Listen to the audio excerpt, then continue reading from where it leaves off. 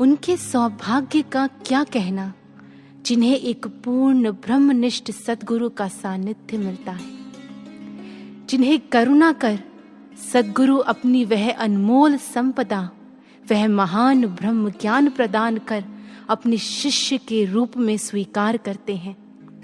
उनके घट के भीतर उस दिव्य ज्योति को प्रज्वलित कर आत्म साक्षात्कार करवा देते हैं। सच में वे परम सौभाग्यशाली हैं।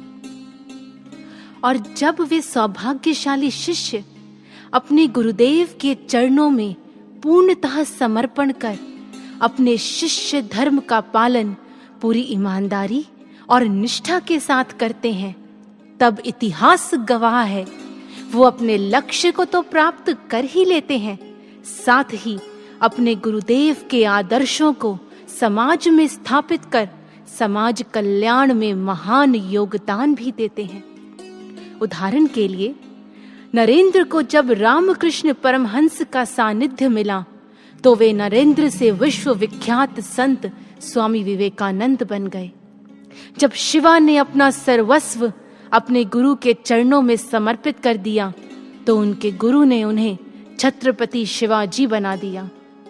जब चंद्रगुप्त ने पूरी ईमानदारी और निष्ठा के साथ अपने शिष्यत्व का पालन किया तो उनके गुरु चाणक्य ने उन्हें एक साधारण चरवाहे से अखंड भारत का सम्राट बना दिया।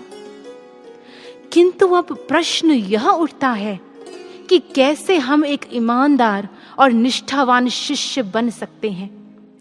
कैसे हम अपने गुरुदेव के महान लक्ष्य में योगदान दे सकते हैं? सज्जनों, ऐसा संभव तब होगा जब हम बिल्कुल इस फूल जैसे बन जाएंगे। एक बार एक फूल और कांटे में बहस छिड़ गई। कांटे ने फूल से कहा, your life is a total waste. तुम्हें ईश्वर ने व्यर्थ ही बनाया। तुम तो इतने नाजुक हो कि शीत और ताप के हल्के झोंके भी तुम्हें बिखरा जाते हैं। खिलकर 2 दिन बाद मुरझा जाना, यही तो तुम्हारा जीवन है। मेरे सामने न जाने तुम्हारे कितने ही पूर्वज खिले और मुरझाए, पर मुझे देखो कितने दिनों से इस टहनी पर उगा हुआ हूं। जानते हो क्यों? क्योंकि जो भी मुझे स्पर्श करता है उसे ऐसी पीड़ा देता हूं कि वो पुनः मुझे छूने का साहस नहीं करता। फूल कांटे की सारी बातें शांति से सुनता रहा और फिर मधुर वाणी में बोला, मित्र, मुझे अपने जीवन की क्षणभंगुरता का तो कभी ख्याल ही नहीं आया। बस यही चाहता हूं कि मेरी जितनी भी आयु है, चाहे 2 पल की ही, इस आयु में सबके जीवन में सुगंधी व ताजगी बिखेरता जाऊं। सज्जनों, उस कांटे जैसा नहीं, बिल्कुल इस फूल जैसे भाव होने चाहिए हमारे अंदर। ऐसी निस्वार्थ प्रेम और सेवा भाव से सराबोर हो हमारा व्यक्तित्व कि जो भी हमारे संपर्क में आए, हमारा मधुर व्यवहार उन्हें प्रफुल्लित और आनंदित कर जाए। बिल्कुल ऐसा ही व्यक्तित्व था रामकृष्ण परमहंस जी के शिष्य स्वामी ब्रह्मानंद जी का। उनके विषय में स्वामी तुरानंद जी कहते हैं कि वे अपने आस पास ऐसा माहौल बना लिया करते थे कि जो भी उनके संपर्क में आता वो स्वयं ही आध्यात्मिक रंग में रंग जाता। जो हालात से त्रस्त उनसे सलाह करने आते या उनके पास अपनी समस्याओं का हल ढूंढने आते, स्वतः ही अपनी परेशानियों से मुक्त हो जाते और दिव्य आनंद में डूब जाते। उनके समीप पहुंचते ही मानो समस्याएं स्वयं ही अपना हल ढूंढ लेती। उनके गुरु भाई स्वामी अभेदानंद जी भी लिखते हैं, love was the dominant theme of his character. Ramakrishna order के प्रेसिडेंट के रूप में स्वामी ब्रह्मानंद जी ने सिर्फ एक ही रूल पास किया था और वो था प्रेम। वे अपने सरल स्वभाव व अपने स्नेह से सबका मन जीत लिया करते और अपने सभी कार्य संपन्न कर लिया करते थे। एक बार वाराणसी में रामकृष्ण सेवा केंद्र में काम कर रहे कुछ लोगों से भारी भूल हो गई, पर समस्या यह थी कि वे अपनी भूल किसी हालत में स्वीकार करने को तैयार नहीं थे। केंद्र प्रमुख व अन्य लोगों ने बहुत प्रयास किया उन्हें समझाने का, परंतु सब व्यर्थ रहा। उसी समय स्वामी ब्रह्मानंद जी का वाराणसी आना हुआ। उनके आने की खबर सुनते ही वे लोग भयभीत हो गए कि हो सकता है स्वामी जी उन्हें उनकी भूल की कड़ी सजा दे, अब तो खूब डांट पिटेगी।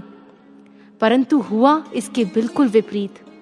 सजा देना तो दूर, जब स्वामी ब्रह्मानंद जी उन लोगों से मिले तो उनसे उनकी भूल का जिक्र तक नहीं किया।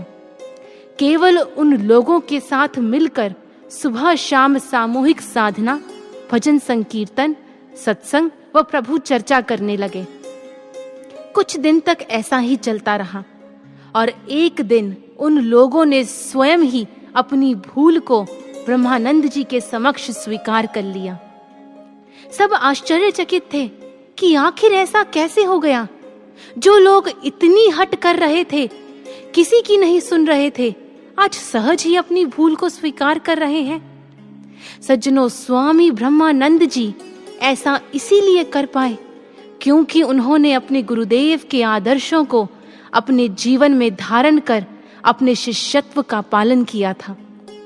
आज समय है कि हम सब भी गुरुदेव के आदर्शों को अपने व्यक्तित्व में जीवंत कर निस्वार्थ प्रेम व सेवा भाव से दृढ़ता पूर्वक इस मार्ग पर निरंतर आगे बढ़ें। तभी हम गुरुदेव के इस विश्व शांति के महान लक्ष्य में अपना योगदान दे अपने शिष्य धर्म का पालन कर सकेंगे। अंत में यही प्रार्थना है, ऐसी निष्काम सेवा की हो याचना, कार्य गुरुवर का संपूर्ण हम कर सकें। रक्त का एक कतरा भी जाया ना हो, ध्येय जब तक ना पाले कदम ना थके। दो हमें सौम्यता वाणी में सदा, भावनाएं किसी की भी आहत ना हो। अपना व्यक्तित्व हो सादगी से भरा, लेश भर की भी उसमें बनावट ना हो। विश्व परिवार की भावना साथ ले, आओ मिलकर प्रभु की डगर चल सके। ऐसी निष्काम सेवा की हो याचना, कार्य गुरुवर का संपूर्ण हम कर सकें। कार्य गुरुवर का संपूर्ण हम कर सकें।